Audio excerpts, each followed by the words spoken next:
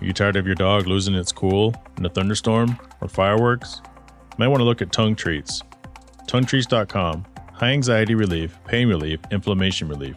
It's a direct connection between the tongue and the brain. Doesn't waste time going down to the stomach, where it gets broken down, enters the bloodstream, then to the brain eventually. By then, little Izzy, my dog, has been hiding under the house for like 20 minutes. The Tongue Treat CBD strips provide rapid results for your pet with the right amount of CBD, which is not psychoactive. It's important to test and verify your pet is getting the proper dosage. A single strip should be enough. Have doubts? There's certified analysis from a lab available on the website. Think about it. Efficacy and economy. Tongue Treats.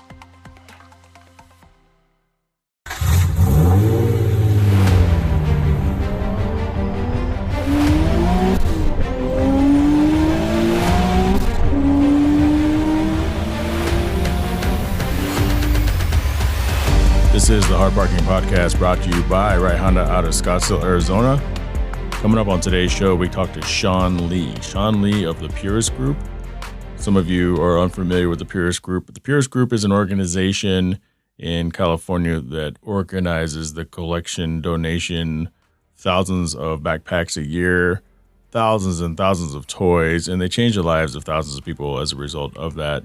Sean Lee is very public in the eye of what he does with Purist Group, but he is a very private person otherwise. And I heard his story somewhere else, but I wanted to give him the opportunity to share it with the hard parking fans out there. And on the surface, a lot of times what we see is, the best. We see the best of people on Instagram, but we don't necessarily see who they are. And so we can make judgments. And, I myself am guilty of doing that with a lot of people, and I'm sure a lot of people do that with me. So I'm pretty excited to play that for you guys. Every few weeks or so, I get an email from a website called Chartable. For those of us in the podcast community that have signed up for the Chartable notifications, it's kind of like you see the email pop in and you don't really want to open it, because what Chartable does is it's Chartable, right? So what it does is it tells you where you rank in the world, where you rank in your podcast category. Sort of like if you're in the top 250 in your country or in any given country, or are you not? Somehow, by some sort of a funky fluke early in the podcast life of this one, I ranked like number 23 in the United States for automotive, which sounds great because it is great, but I don't know what happened. That's just to get in the top 250. Okay, granted, there's over 2 million podcasts in the world. To be in the top 250 of any category in any country is awesome. And I have peers out there, and sometimes they rank, sometimes they don't. But what's good about Chartable is any new reviews that you get by way of Apple or other streaming services that allow you to leave reviews for podcasts. So, by the way, if this is your first time listening to the show, welcome to the show. If you have not yet submitted a review on Apple or found a way to submit a review, please do so, whether it's on the Hard Parking Violations Facebook page, which is the community page for this podcast. It helps the podcast grow. It absolutely helps it be exposed to more and more people out there looking for good podcasts. But anyway, shout out to Switzerland. I'm not sure if people in Switzerland are really listening to the show, because with Anchor, which is my podcast host, and that's another conversation. A lot of people out there who listen to podcasts, who do podcasting, think that Anchor is terrible.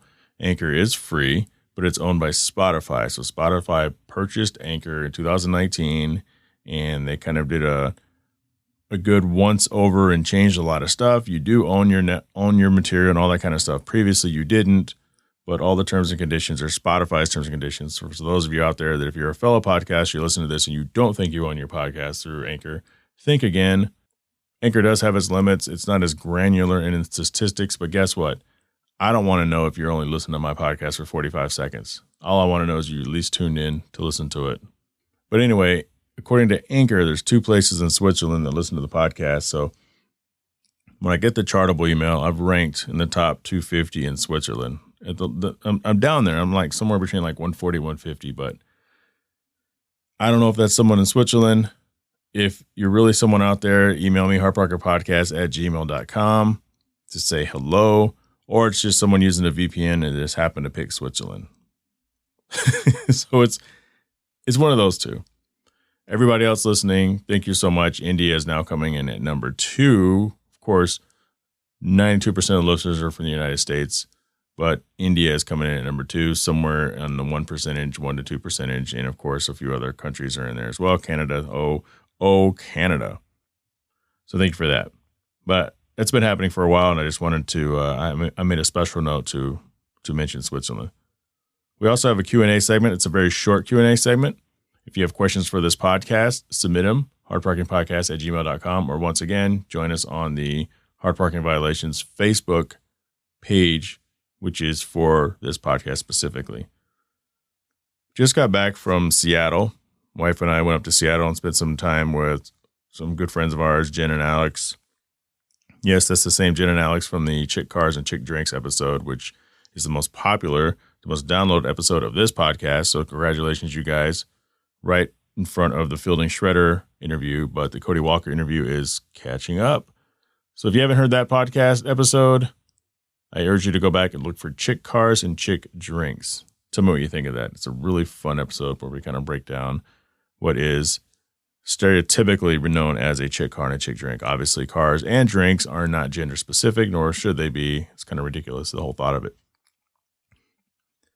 But I almost got rid of our masks a few weeks ago. I mean, Arizona's been wide open, no masks. And by now, you've probably all seen the news where LA and I guess California in general is like, okay, mask back up.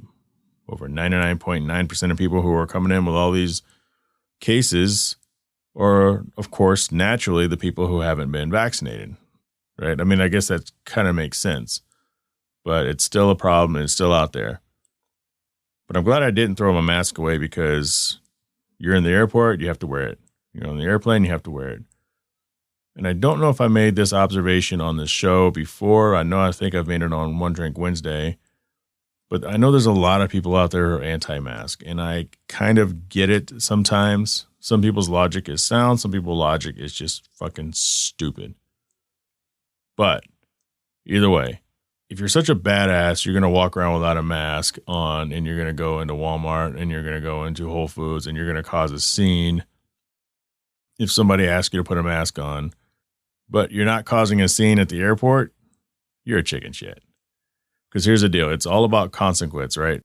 No one can do anything to you at Walmart. That employee is scared shitless. That manager is going to confront you and be a viral video. You're showing, it's your God-given right. Until you step into a private business, of course, then you check your rights at the door. Most of them, not all of them. Most of your rights you bring in with you. Some of your rights you don't. But when you're in the airport and you're looking around, everybody has their mask on. Some people kind of cheat a little. No one needs to call them out. But I've seen people walk, like it'll be a husband and a wife or something, and somebody will say, excuse me, you need to put your mask on, and they put their mask on. No fight. You know why? Because the consequence is you're not going to be able to get in the airport. You might get arrested. The police officer walks up with the mask on, tells you to put a mask on, you want to talk shit to him. Guess where you're going? Probably not home. So I guess we all stand for what we believe in up until the point where we're actually tested. And then we either fall in line or you come down as a martyr for what you believe in. Most people aren't willing to be a martyr. This is not my dissertation on whether or not masks are good or they're not good.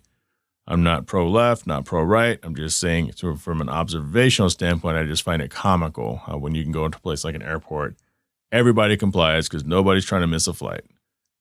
You go out and about in private business, people do what they want.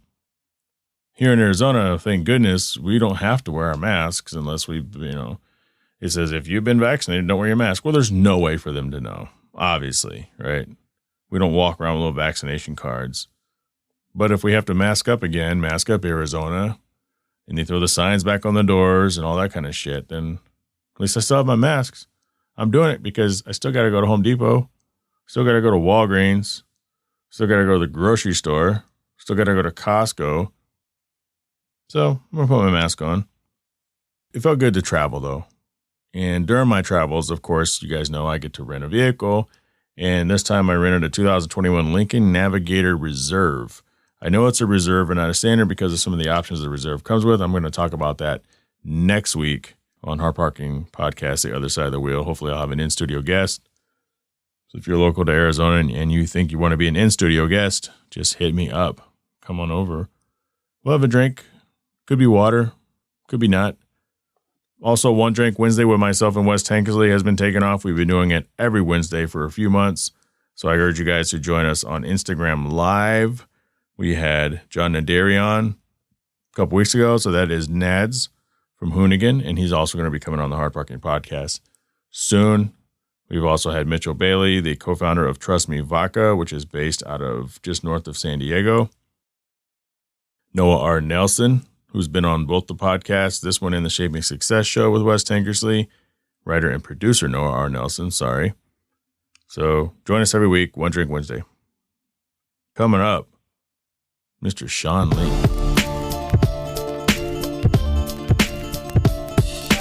It's time for the social media highlight of the week, brought to you by The Cell Shop. Cell Shop is an Arizona-based retailer that strives to be your destination of choice for wireless service.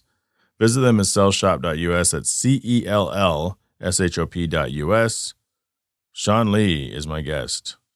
All right, Sean Lee, welcome to the Hard Parking Podcast. Thank you for the invite. It's always great to be talking to an old friend, car enthusiast. Also, we have the same car, the NS6, which is right here.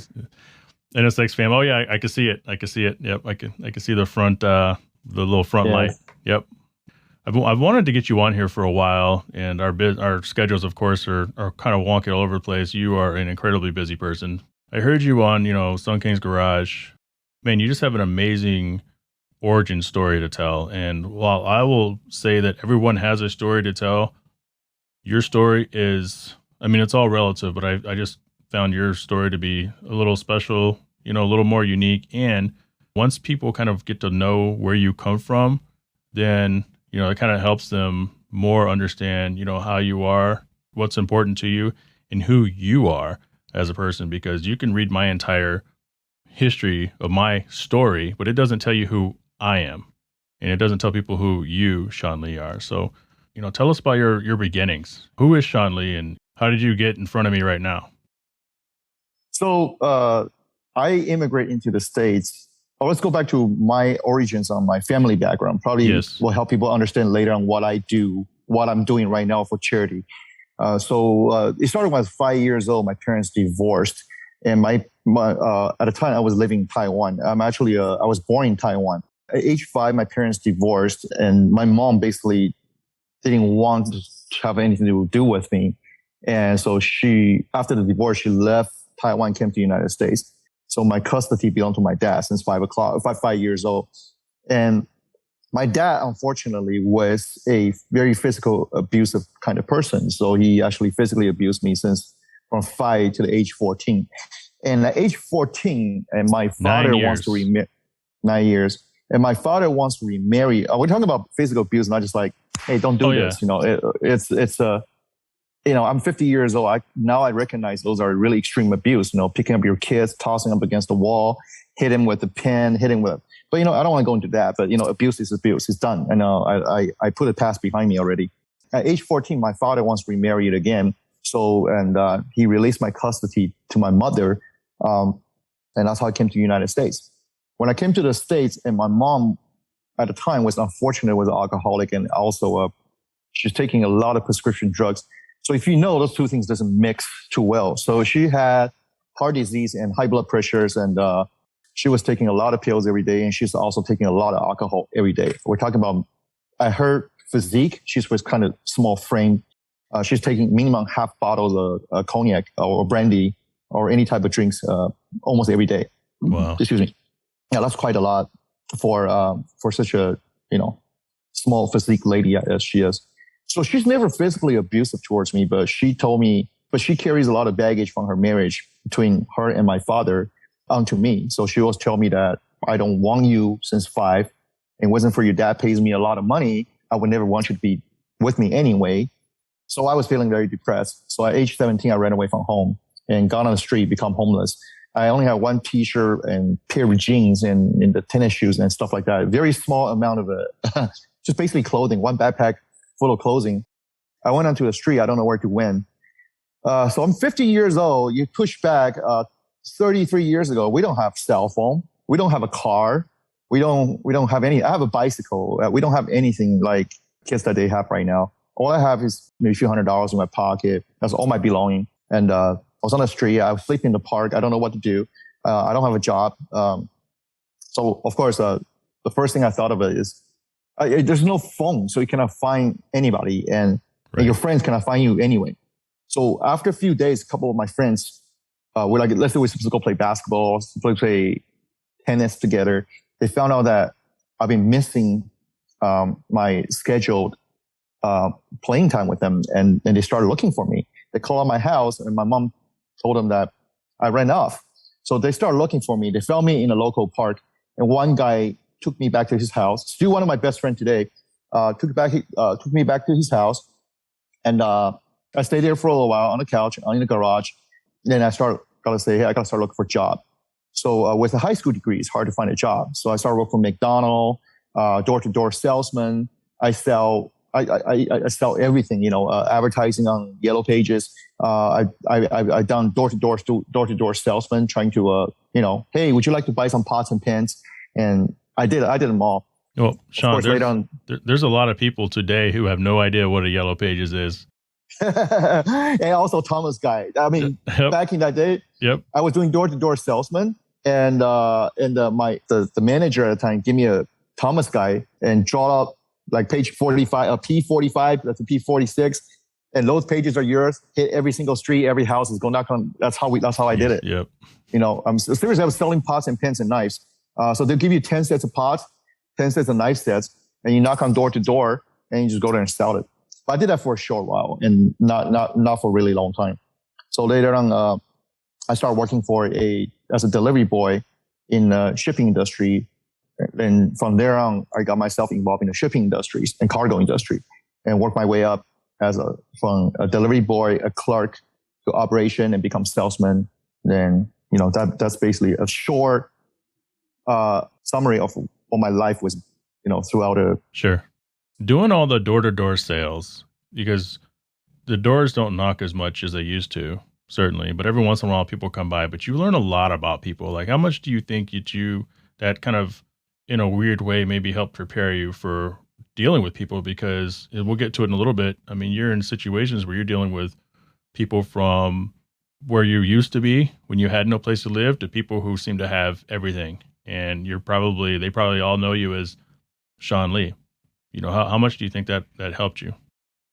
Yeah, I think the fortunate things is I had that period of time, so I'm very grounded. I love to deal with people. I'm not going to say like, oh, my net worth is how much right now, therefore I don't like to deal with the regular people. I mean, I have always tried to look for opportunity to be able to help the people to thrive and to make them better themselves. And I'm glad that I did that to a lot of people. And right now, a lot of them say I inspire them. They write me letters and to talk about their struggles, making themselves become somebody. And some of them did become somebody. But throughout that time, I remember when I was a door-to-door salesman. And actually, one of the jobs I found that's most beneficial for me was McDonald's, believe it or not. You gotta know, when I came here at 14, I ran away from home at 17. I was still in ESL. My English and pronunciation was, right, yeah. And for me, I have to go out and find a job that are gonna force me to learn English and go out and learn to deal with people.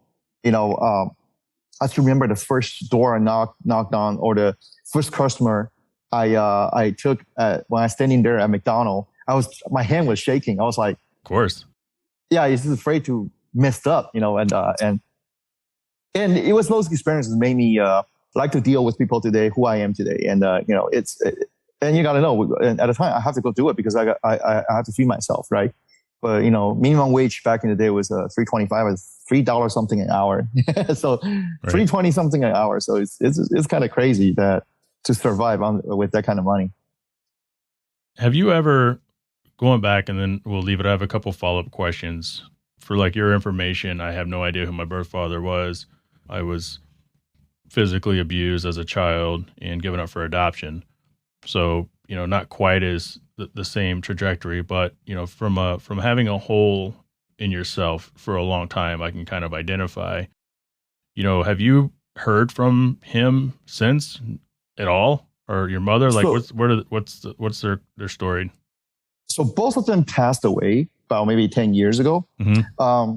towards the end of my mom's life, I had a pretty darn good relationship with her. So I was trying to buy her house and give it to her as a present, because I understand as a woman that she was in a relationship with a very, very rough guy, and she has no choice but to run away. Regardless, she gave me my life. I was in her womb for 9 months, and I guess there is love from her to me. I could feel it. She just doesn't know how to translate it, how to love a kid, because she never had a kid. She had a kid and she left the environment because she's afraid of environment, and she came to the United States and got remarried. Right. As for my dad, I was in custody of my dad, and yet my dad never loved me as a kid and always hitting me, always, telling me how worthless I am and things like that. And so when I get older now, the more I get older, the harder for me to forgive my dad, because I don't have a kid right now. I wish I have a kid.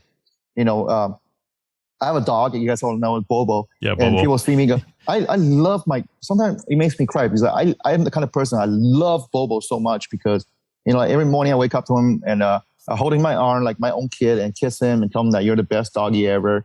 I treat him like my kid. Again, he's not a human being. He is he's the dog. He's still a dog. I mean, for me as a human being, I can have that much love for a animal. I sometimes wonder, why is my father don't have love for me at all? It's like, it totally puzzles me. And that's why every year during Father's Days, it gets me very confused, right? So, and jealous at the time. So this year at 50, on my Father's Day, I posted something on my IG, and it helped me kind of to understand things a lot more and put a closure between me and my father and move forward, which I believe is very healthy for me mentally and also physically, and also in the future as well too, so. I had a couple things. First off, with Bobo, I get it. And I think it's for people who don't have pets, or that have them and don't adore them, it's difficult for them to understand. I'm the same way with Izzy, Mr. Waggles. Everybody who checks out my other page. I mean, I look at him every morning. I probably look at him 500 times a day when he's sleeping. It's just like watching a baby sleep. It's funny. My family makes fun of me, but yeah. I mean, Bobo's with you, man. Bobo's by your side. And then, with Father's Day, you did mention that you had the three mentors that kind of were basically your father figures. Do you talk to them? Are they still around at all, or do you still talk to them on Father's Day, or has there ever been that time it's like, look, man, you're my, thank you for doing this? Yeah, I do. I do talk to all my bosses, because they did change my life. I never had a father figure in my life, and unfortunately, my first boss that actually hired me into this particular field, he passed away a couple of years ago. Right before he passed away, he suffered a terminal illness that needs a lot of money at the time. So actually, I bought one of his cars.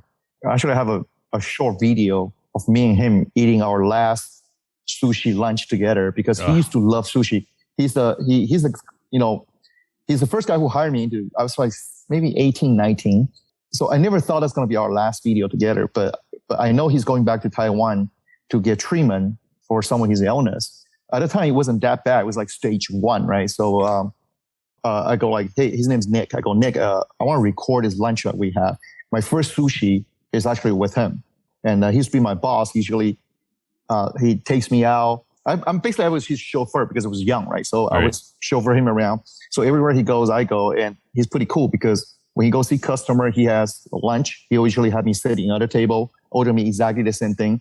So I was eating pretty darn good. Whatever he eats, I have his first one who taught me about ramen, sushi, sashimi, sake, business side of thing. He sent me back to school to have me polish up on my English skill. He said, you got to learn typing, because remember, 17-year-old, I ran away. I don't even know how to type yet. I don't even know English at the time. So he sent me back into relearn typing and pays for all my things, because I told him it's too expensive. Even though back in the day it was like, I think $15 a unit. It was really cheap for community college. Still like $15 a unit. But I was making $3.25 an hour. You got to think about it. So I'm trying to save as much money I can. That's why back in the day, I used to sleep in a minivan right in front of the office from Monday to Thursday or even Friday, and I only, instead of renting the whole house, I only rented like a bed where I can sleep at night. I usually go there on the weekend, type of thing. Just trying to save money. I still remember I used to have jars of coins and I was counting the coins to survive. And also, McDonald's back in the days, every like 18 or 21 minutes, they throw away the burger, perfectly good burger. They just throw it away. Oh yeah, okay? for food stuff, whatever. So the health department says it's got to go. Yeah. Yeah, but I usually put it in a separate trash bag. I take it home and eat that for the next 2 or 3 days. So I love McDonald's food. and yet sometimes the smell of it gets on my nerves. It's totally. I've been eating it for so long, but I still love their food. Trust me. And sometimes I still go back and order a double cheeseburger. That's one of my favorite. I do that quite often. I eat their double cheeseburger probably at least twice or 3 times a month. Every time I eat it, the moment you bite down, you go like, I remember this was that moment. I remember this, So yeah, I still talk to them, and they're my lights. They continue to mentor me on things I get confused about, and because they're older, they have a lot more wisdom. But just the conversation I can carry on with them right now, it's much deeper now in a different level. Before they're always like, so it was them who taught me a lot of value I have, and my ethics. You gotta know, I came from a place that has no ethics. Nobody taught me anything. And, I could become a completely jerk.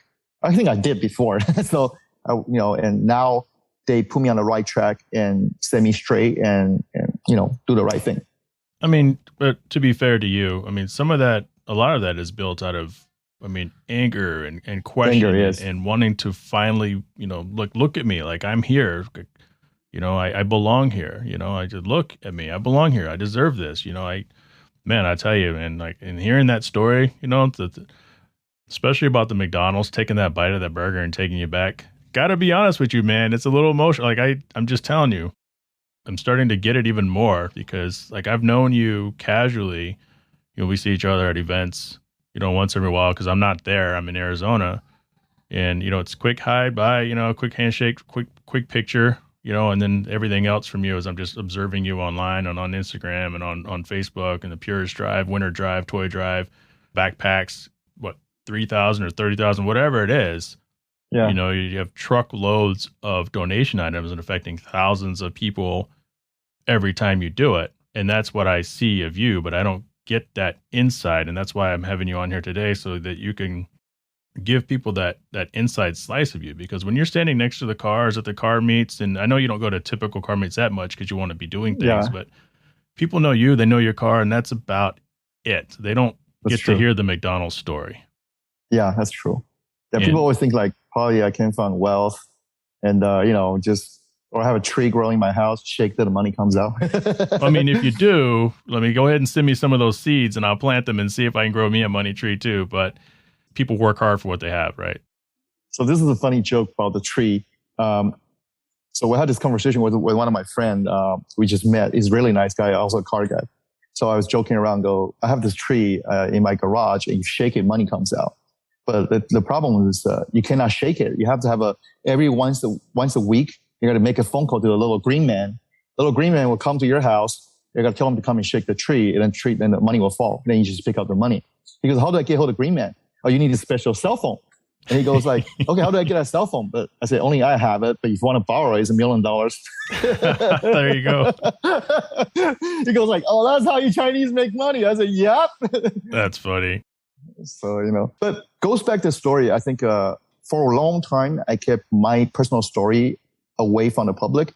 I wasn't ready to release it. And I think right now I learned to face the inner demons. And I think I owe people in the Purist community and car community to know a story as to why I'm doing so much charity, and especially for the kids, toward the kids.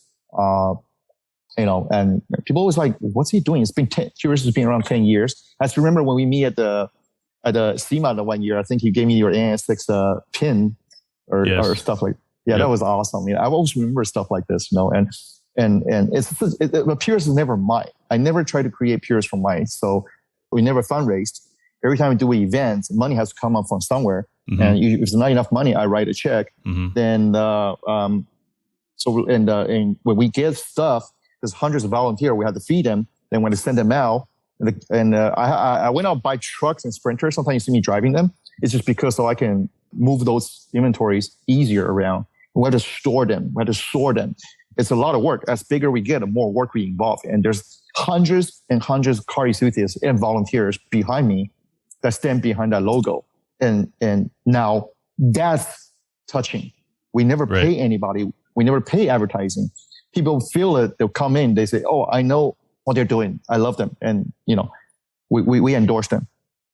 Like, because all what we did, we brought in Honda, Nissan, and all this major brand supporting us without we ever approach them with a deck, say, "Oh, we want sponsorship money."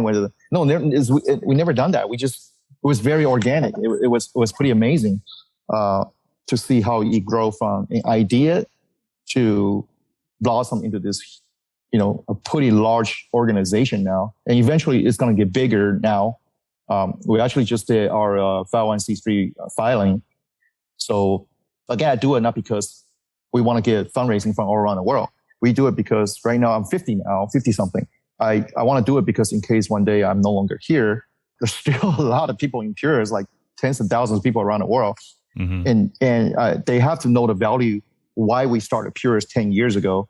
We would love to have them, including you, of course, to help move forward. It's something very healthy, very genuine that built not just for the community, not just for the kids. It's also for your kids' future. Because imagine your kids can interact with other Purist members' kids. And most people that stays in Purist, they're going to be pretty good guys. We vented out already, right? So it's like a huge family.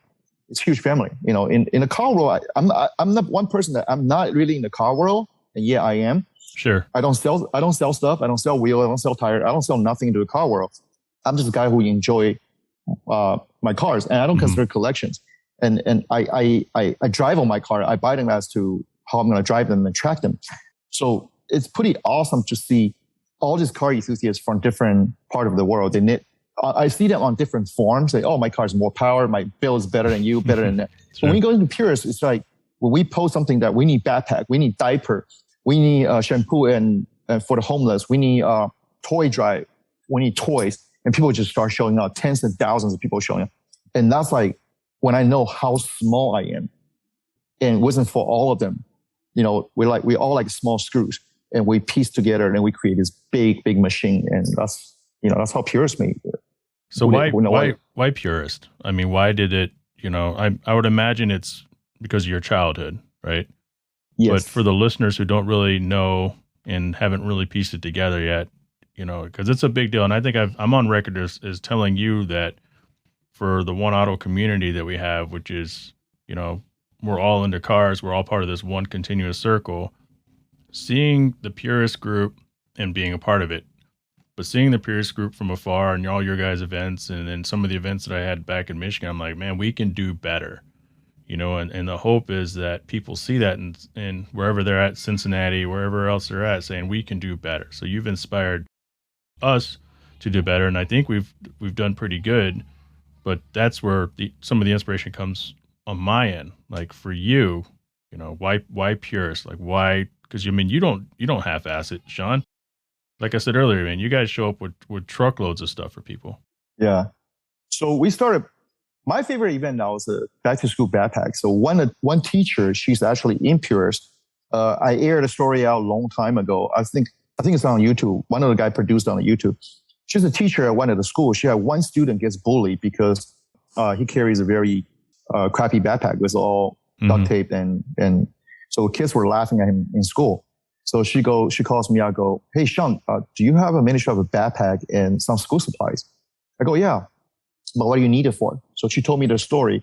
I go, "How about this? Go around your school, ask every teacher. There gotta be more than just one kids like this, right?"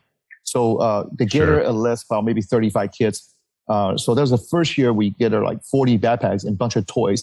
We showed up at the school and just passed them out and give it to those kids. And I couldn't believe it. That was a pretty darn good school. It's in a good area. Well, not like Beverly Hills, but it's not a bad area. It's a B-rated school, And I can believe there's like 30, 40 kids. They're in poverty. Their families are in poverty. So I gave that backpack to them and I see them cry, and they understand somebody cares about them. That was the very first intimate experiences with a back to school backpack drive. But you get to see those 30 kids up front, and these are high school kids. You get to talk to them one by one. Right now, we're just getting too big. Let me tell you why, because we're doing about 4,000 to 5,000 backpacks a year. So I can pass out backpacks, but that's only just 2-second things. Sure. They'll say thank you, but I don't get a chance to understand everybody's story. It's kind of sad for me because I love to know everybody's story, but it is what it is. So from that, 35 backpacks evolved into today. We're doing about 4,000 to 5,000 backpacks, and we still hand deliver all the backpacks to all the kids ourselves. So that's one of my. Toy drives were big, right? We get 20 to 25,000 toys. There's another story about toy drive that we continue to do it, rain or shine. I'll tell you the reason for that. But back to school backpack drive is I can give this backpack to the kids, and not for show, but I know they will use it throughout the year, and they can use to gain knowledge. And hopefully, because I get to see them year after year. Every year I give them a new backpack. And so hopefully they'll remember somebody's doing this for them and why they're doing it. And when they grow up, they will pay forward to their community. Yeah. The toy drive, it is big, but it has special meaning in my heart. So, we rarely talk about it, but talk about it. Today I'm going to talk about it because it's been a while, right? So it's 10 years. Well, next year will be our Purist 10th year.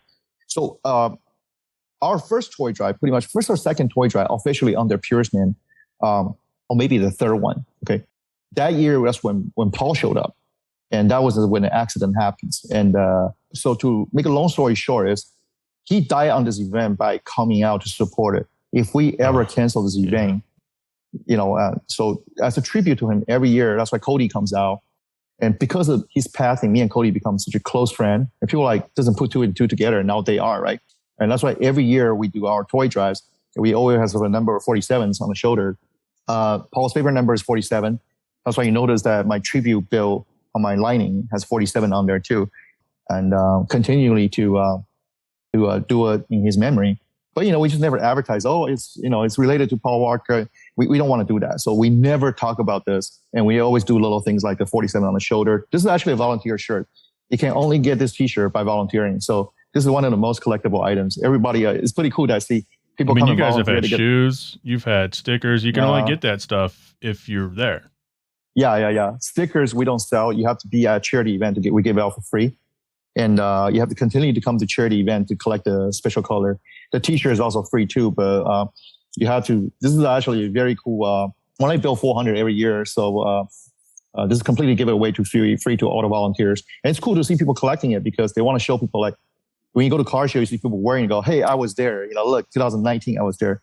There's people sometimes they will bring all the shirt they collect over the years, and since day one, it's pretty awesome. It's pretty awesome. There's a lot of crazy story in Purist that I wish I have the time to start my own YouTube channels and podcasts. I'll get every one of the volunteers come up and tell the story on why would you volunteer so much of your time for Purist.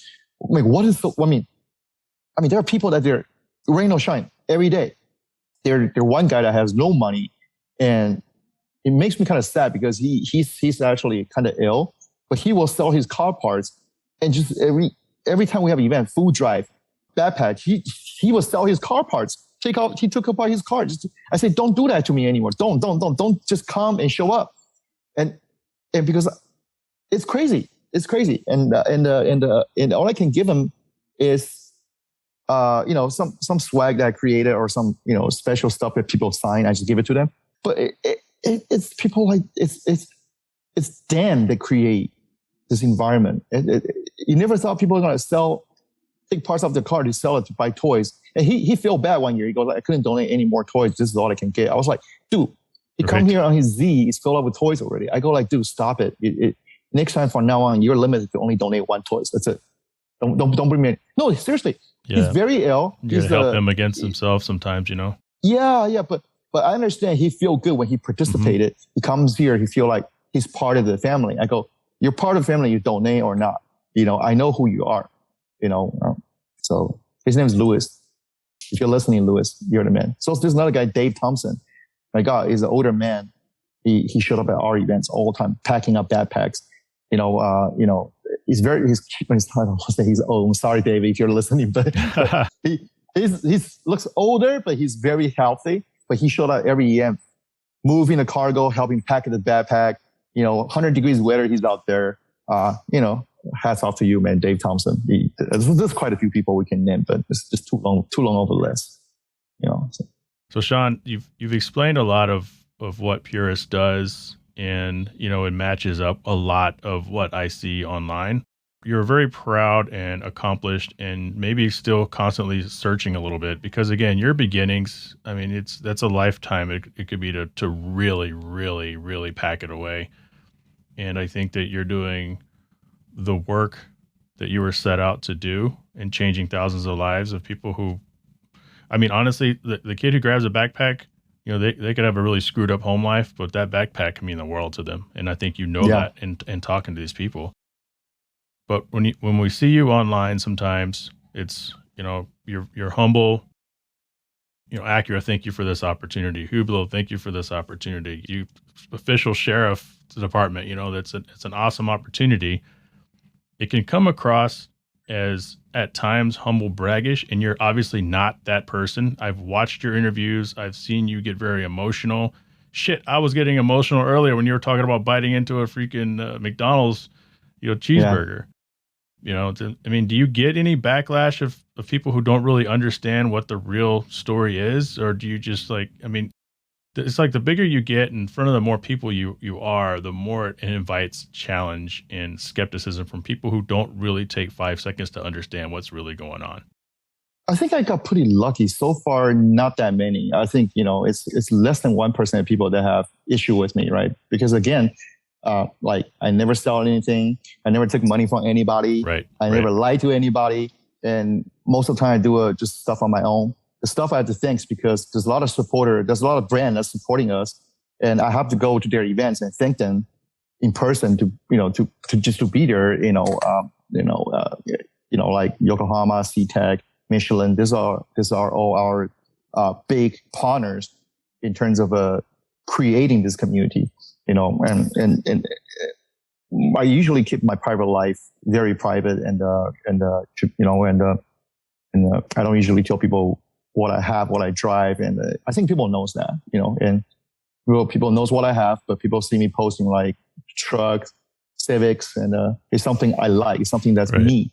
I like to use my posting, take people like, this is Sean Lee when he's 16. When I was 16, I was reading Rolling Track in the library because I couldn't afford Rolling Track magazine. And I remember after high school, I go into the library looking for the newest Rolling Track car and driver, and I learned about cars, this car and that car. So I like older cars, not necessarily they have to be, $300, $400 million car. I like to take people back to who Sean Lee was back in the day, and you're able to see, like, I enjoy to have crazy fast cars, but I also enjoy the down to earth A86 or Honda Civic and things like that, So yeah, you're very grassroots in the cars that you have, that you really, really enjoy. And then of course, I'd imagine, being on the scene, because I've come out there for a few just LA version events. I mean, there's everything there, from Bugattis to whatever. And, do you have like a Tesla or anything like that? Or are you just, internal combustion? I mean, what are your thoughts on kind of where the world has been going with EV and everything? believe it or not, I'm consulting on a lot of EV company right now because a lot of them is owned by my friends. And I guess you noticed that from my posting. I just don't talk about we have official affiliation with them yet. So for electric car, I do have a BMW i3 and also Karma I just bought. Karma, before they become Karma, it's called Fisker. So it's called Fisker Karma. It's one of the best looking cars ever. So right now the car is being purchased by a Chinese company. Now it's called Karma Rivero.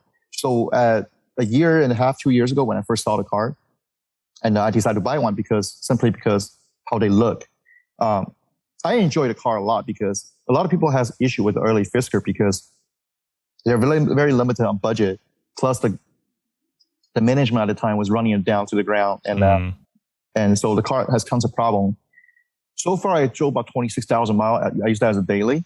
And I have zero issue with the car, except for like 1 or 2 moldings and and also the window seal has a little wind noise. That's about it. And that could be any car. Like any car is going to have those problems. That could be any car, yeah. And I enjoy that car a lot. So I do have alternative energy car like the EV.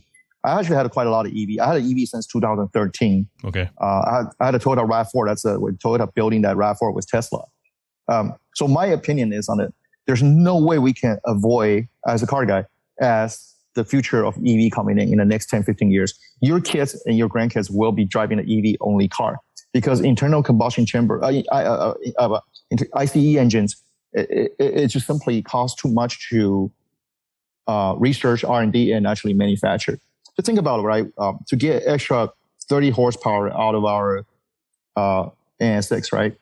I had to change the cam, the exhaust, the header, and the auto body, fuel injection system, just to get maybe 30, 40 wheel horsepower out of it. But for EV, all they have to do is increase the battery pack sizes and allow more current goes into the motor. Boom, you have your 30 horsepower instantaneously. So for longevity of the brand, all they have to do is create a solid platform. They can put a sports car body on top of it, a minivan body on top of it, just use a computer to restrict its output. And you have one single production line, one single production models, a platform that able to fit every single category of the cars, And on top of that, it's very fast. It's energy efficient compared to internal combustion engine and all these benefits. So for car developer, unfortunately, we are the last, maybe your next generation will be the last to. It's looking like it. So later on, car enthusiasts, I always tell, we have a lot of friends there in the car world, and they're famous critics of automotive magazines. We always talk about the future of car critics. Are they going to be car critics or transportation critics? Think about it. Right. Like I would love to own a Tesla right now because LA traffic is, it's horrible. But imagine I want to go to Arizona and see you. As long as the range allow, I would love to hop on a Tesla, type in my destination, and now just start driving. And I don't have to focus on brake. You know what? The painful part to driving traffic gets people fatigued was you putting your pedal, gas, brake, gas, brake, gas. It take that miserable part of your life on driving out of it. It does it for you. So wouldn't it be better that for daily commute, you save your energy, sipping on a coffee, and just watching the traffic, watch the sky, let a robot, basically it's a robot now, and the car does it for you. Save you energy. When you arrive at your destination, we can still be more relaxed and have fun. But right? Then you're essentially a passenger, right? That's what you're saying. Are you a car critic or a transportation critic? Yeah. And cars like this is, I told cars like this, then we'll never make it anymore. It's a car that actually gives you a workout, exercise for your heart and your soul. You know? Yeah. Yeah. But in the future, unfortunately, there's no more car guys. So you will be you don't really have, you got to find other alternative to work out your heart and soul. So like today, I want to hear the engine growling. I want to feel like the weight on my steering wheel. I want to hear my tire tripping. I want to feel the understeer going to the wall and save it. Not going to happen anymore. And the only way you can do it is getting to one of this. No more cars in the future. All the cars going to be faster than this, what we have right now. But it doesn't have no emotions or soul anymore. It's a perfect transportation now. That's what they're working on right now. Every manufacturer is working on getting the perfect transportation. Sure. And a car without an engine, without you being there. Maybe I'm old school for your listener. I hope nobody gets pissed at me today. No. It's all age ranges on this one. Yeah, I think for cars, you got to have a manual transmission. You got to have an engine. You want to hear. For me, we're old school. I got to hear the sound. That's like my coffee, and that will wake up my soul every morning. That will make me want to go out, hop in a car, and go out drive 400 or 500 miles, and come back home. I'll have a smile. I'll be very, very tired, but I'll have a smile. That's what I think. How many cars do you have, Squeeze? How big is that space? Because it looks pretty tight, but it's probably tight because you have so much stuff. Most of my cars, I have another storage. Most of my cars, some of the cars, stuff here is what I drive most. And and the other story will have other cars, right? Like my 31 wagon, 32, S2000, the Super Turbo. Of course, I just recently got a 300ZX twin turbo. and I don't know what else. Yeah. Oh, and a couple other 911s I have. So here is the cave. This is what I'll be driving this month. All the cars here. Yeah. The theme there is they're all, and this is going to sound a little sacrilegious. They're all normal, fun, enthusiast level vehicles, for lack of a better term. Like we were saying earlier, they're not, there's nothing wrong with Ferraris, Lamborghinis, any of that kind of stuff, but that's just not what stirs your soul. Yeah, I used to have them, but I really can't afford them because their maintenance cost is way too high. Yeah. Every time I drive them, I had to tow them back. I go to track. I'm gonna drive this car really hard today. 2 laps later, I have to tow the car back. And all the cars here, you gotta have one purpose. Today, I can drive to the track, drive whole day, and come back. That's the bare minimum that has to fulfill. That's one of my requirements. So most of the cars I have here right now,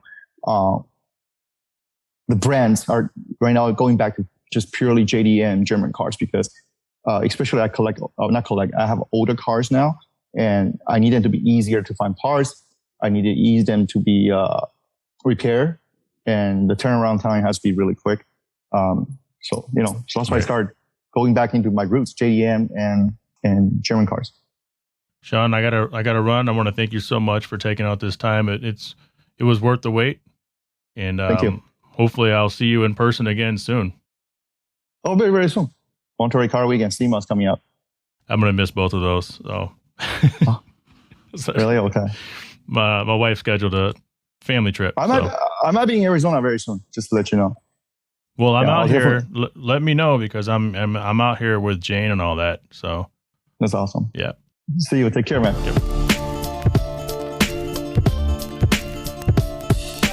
I want to thank Sean Lee for coming on the show. You guys can follow him at Sean Lee 768. That's SEANLEE 768, all squished together. It's a pretty good follow, and hopefully to hearing that interview, you really appreciate where you come from in life. I mean, that's some tough stuff. He and I have some similarities in our lives growing up, and I can't even imagine what it's got to take a long time, if forever, to adjust to some of the things. And it kind of explains a lot of things that I see from him on social media. A lot of the humble brag, which I don't think he does on purpose. It just comes across that way. But, I knew he came from humble beginnings. And I think every opportunity he gets to, number one, say thank you to those who have made his life special. And he's been a big part of that. But then number two, the need to feel relevant, the need to feel like you matter. I mean, tens of thousands of people love Sean Lee. And there's always going to be some haters out there. But it's never enough. It's not enough for me. I feel like I need to matter. It's important to me. It's important that the world knows I exist. Now, I don't have to have I don't want a statue. I don't want to be the person on the stage accepting the award, but it'd be nice to have been somebody that was important enough to have helped the person who won the award. A lot of us want to be relevant, and some of us probably don't care, but maybe we haven't had those childhoods that make you feel like you've been abandoned, that make you feel like you're a worthless pile of shit, to make you feel like you're never going to be anything. And so you just keep trying and searching. And no matter what you do, it's like, hey, I exist. I'm here. And yeah, I mean, he said, every Father's Day, it's got to be tough. And there's days he doesn't understand. There's days he's a little jealous. And I get it. You're a little jealous sometimes because somebody else has this or somebody else has that. And he could have everything. And he's still going to, that's going to be a demon that's going to be with him for a long time, if not forever. But hey, at least he has Bobo the dog. Bobo's awesome. I wish Sean Lee would, I wish he would engage a little bit more with the intersex community, because a lot of the stuff that he embodies and believes in is a lot of the things that a lot of the intersex owners do. And in intersex ownership, which is the car that I drive, there's different groups. There's different groups within each type of car ownership, I suppose, whether you're in the Porsche Club of America or the Ferrari Club or Aston Martin Club or whatnot. But there's a difference. So intersex guy, There's the car show NSX guy who also likes to go on cruises, but usually it's only cruises with other people in car shows. Sometimes they'll do, local get-togethers with the NSX guys who don't like to do car shows, don't understand car shows, like their car bone stock. Then there's the track guy, and then you could be a track guy and go on cruises, but you're almost never a track guy that goes to car shows, at least in the NSX community. And I think Sean kind of belongs in that kind of weird gray area because he likes to go to the track. I don't know if he takes his NSX to the track, but I don't consider him hardcore track guy like maybe Robbie Tomerlin of We Don't Lift Racing, which is another NSX guy. But he's definitely not a car show guy. He likes to go to the events. He likes to be front center. He likes to let people know he's at these events. But I think for a thing like NS Expo, which is coming up in August, it'd be really nice to see a guy like Sean Lee at NS Expo one year. Not as a speaker, none of that stuff, but it's just another way to get around people who are very like-minded as you and can kind of share different experiences and I don't know, it's like a family reunion. It's not even about the car anymore. It's like a family reunion, and I think he'd really appreciate that. So one day, maybe we'll get that. Let's jump into some Q&A real quick. Q&A segment is sponsored by The Credit Mix. Fix your credit, fix your life. Text HP Credit to 737-4CREDIT. That's 737-427-3348. Schedule your free 15-minute credit consult today. Again, that's text HP for hard parking.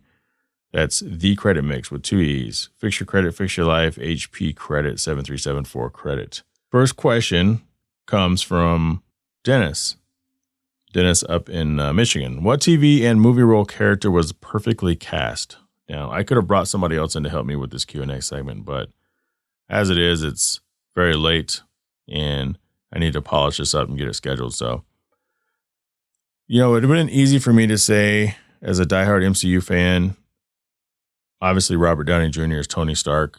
There's nobody that's a huge fan of those movies that could ever really see anybody else as Tony Stark. And actually, a bunch of people that you see in the Marvel movies went for that role, but Robert Downey just slam dunked it, and they were all like, "This is the one." Chris Pratt, if we're going to be in the MCU, Chris Pratt as Star-Lord was fantastic, and I think he actually went for Captain America too. He just didn't get picked. But I can't imagine somebody else being Star-Lord, which is, the one of the main characters of Guardians of the Galaxy. But I wanted to dig a little bit deeper. Mickey Rourke and The Wrestler was fantastic. But I'm going to go with Christoph Waltz in Django Unchained as Dr. King Schultz. I mean, Christoph Waltz is such a fantastic actor. He's such a fantastic talent. And I think everything I've seen him in, he's been fantastic. Red Goodman asks, what's a guilty pleasure song of yours? I don't know. I feel like I've answered this question before, but there's so many, to be completely honest with you. This time I picked a song called Underground by Michael Bradley and Joanne Harris. So this is it's an 80s, it's extremely synth poppy, and I just have this thing with synth pop. I just love synth pop. And this one is originally from the Robotech soundtrack, believe it or not. And I think they played it in season 3, which I didn't even remember the song until I had the soundtrack, or I bought the soundtrack in the mid 90s. And this is one of the songs I used to play over and over in my Integra GSR when I'm driving through Dallas late at night with the city lights just flying by. You don't really have anything to do, so you go for a cruise. I remember those days. I went for a cruise right now. My wife would think I'm up to no good. Like, honey, I'm going for a cruise. By yourself? Yeah. Why? I want to get some stuff off my mind. And then, of course, when you get home, you get in trouble because you have some shit on your mind. So, but back in the day, that's just what you would do. Go for a cruise. And that was one of the songs. Yeah. Underground by Michael Bradley and Joanne Harris. Look it up, laugh, make fun of me. But if you like synth pop, you're probably going to like it.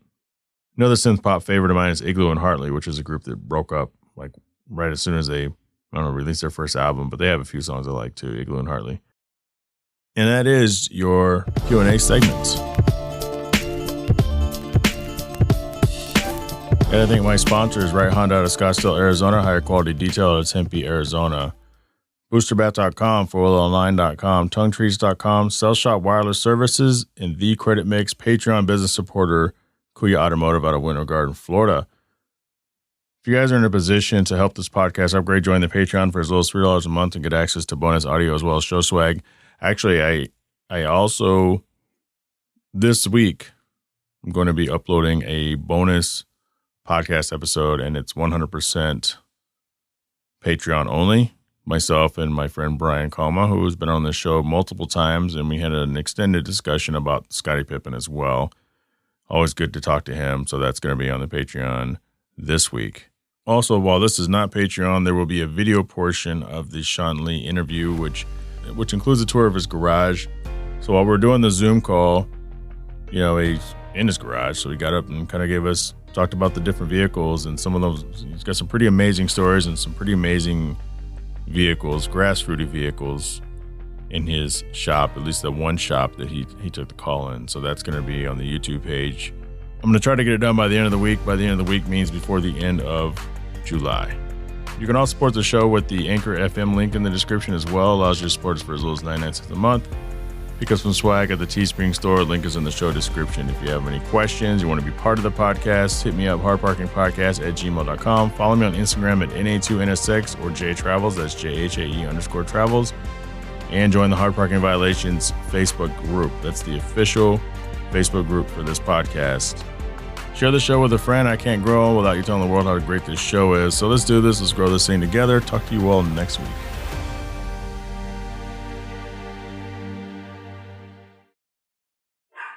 Shut up!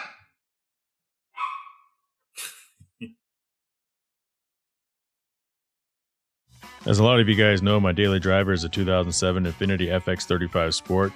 It's about time I put some money into it. Can't just drive the NSX around all the time looking nice. Want to get some wheels? For over a decade, 4Wheel Online has been bringing the best truck accessories and truck parts to enhance the appearance and performance of all trucks and SUVs. They're dedicated to providing an extensive range of upgrades that will match any maker model on the road. Their truck products cover everything you need for a custom look and added functionality. I was talking about a wheel and tire package. Head over and use their configuration tool. They carry all the major brands of wheels and tires, so go get outfitted today. Visit them at 4Wheel Online. That's 4Wheel, singular, online.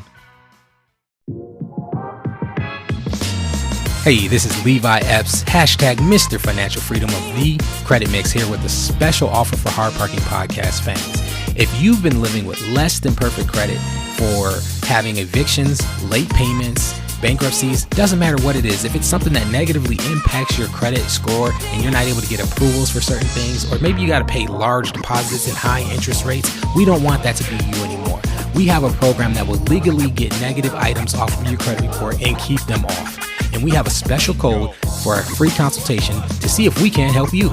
Text HP Credit to 737-4CREDIT. That's HP Credit to 737-427-3348. Let's get you back on the road to financial freedom. Are you tired of blowing out your back at the bathtub while washing your dog, or subjecting your canine to a water torture bath while leashed up to a post outside? Now there's a far more effective way to wash your pet while saving your back and keeping your dog happy. It's called Booster Bath, a portable bathtub on legs. Head over to boosterbath.com, one word, and pick one up. Available in 3 sizes, this tub system features a drain, a soap cubby, and water controlling wand. This tub conveniently breaks down to be stored when not in use. Want to save 10% on your first time purchase? Head over and sign up today to make that happen. Boosterbath.com.